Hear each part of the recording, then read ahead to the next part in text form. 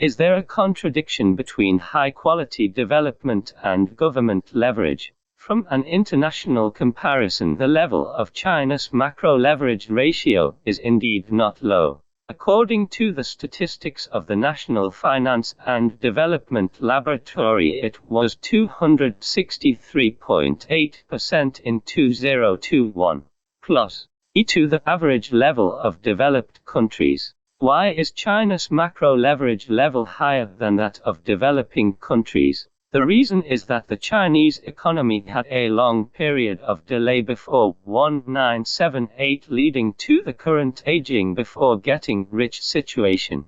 However, Japan, South Korea, and other developed Western economies developed smoothly after the end of World War II or the Korean War, achieving prosperity before aging. In 2022, China's total population experienced negative growth and also entered an accelerated aging stage, with an aging rate faster than that of developed countries. Therefore, in order to develop into a modern powerful country, it is necessary to increase investment, which requires further enhancing the macro-leverage ratio. However, compared to Western countries, the leverage level of the corporate sector in China is clearly too high, reaching 154%, including debts of urban investment companies and other companies. So there is not much room for further leverage. In 2021, the leverage ratio of the residential sector reached 62%, which is basically close to that of developed countries. Moreover, due to the low proportion of disposable income to GDP among Chinese residents, for example, in the first quarter of 2022, the debt-balanced disposable income of the Chinese household sector was 141.8%, and the proportion of disposable income used for debt repayment was 15.7%. which is higher than developed countries such as the United States, Britain, Germany, France, and Japan. It is precisely because of the excessive debt repayment pressure on the residential sector that since 2022, the growth rate of long-term loans for residents has significantly decreased, and residents' deposits have significantly increased, known as excess deposits.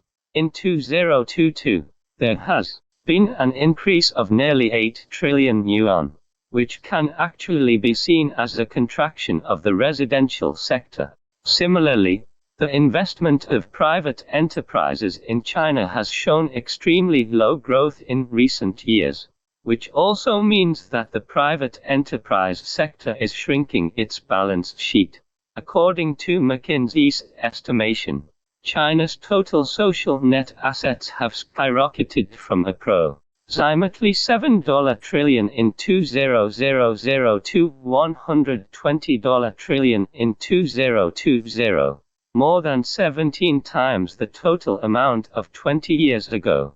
During the same period, the United States only doubled its growth to $90 trillion. The rapid growth of assets in China is closely related to the large-scale expansion of real estate and infrastructure investment.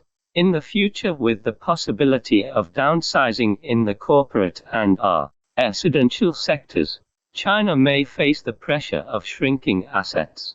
Therefore, in the future, only government departments still have room to continue leveraging. After all, from an international comparison perspective, the broad leverage ratio level of Chinese government departments is not high. Moreover, China's system is significantly different from Western countries such as Europe, America, and Japan, with state-owned assets accounting for a very high proportion of total social assets, with total assets of state-owned enterprises alone exceeding 300 trillion yuan. In addition, most of the land, forests, minerals, water resources, etc. are state-owned. If countries use the total value of state-owned assets as the denominator of government leverage, China's leverage level will be significantly lower than that of Western countries. As mentioned earlier, from the international comparison of macro-leverage ratio structure, the level of leverage ratio of Chinese government departments is significantly low. In the future, the driving force of China's economic growth will be more from government borrowing, especially from the increase in leverage ratio of the central government. Since the role of the government in future economic growth will become more important, the government can also play a positive role in optimizing China's economic structure and high-quality growth. Against the backdrop of the current weakening of expectations, it is particularly necessary for the central government to invest start-up funds to drive a comprehensive recovery of the economy and the expansion of household consumption, ensuring the smooth flow of the dual cycle.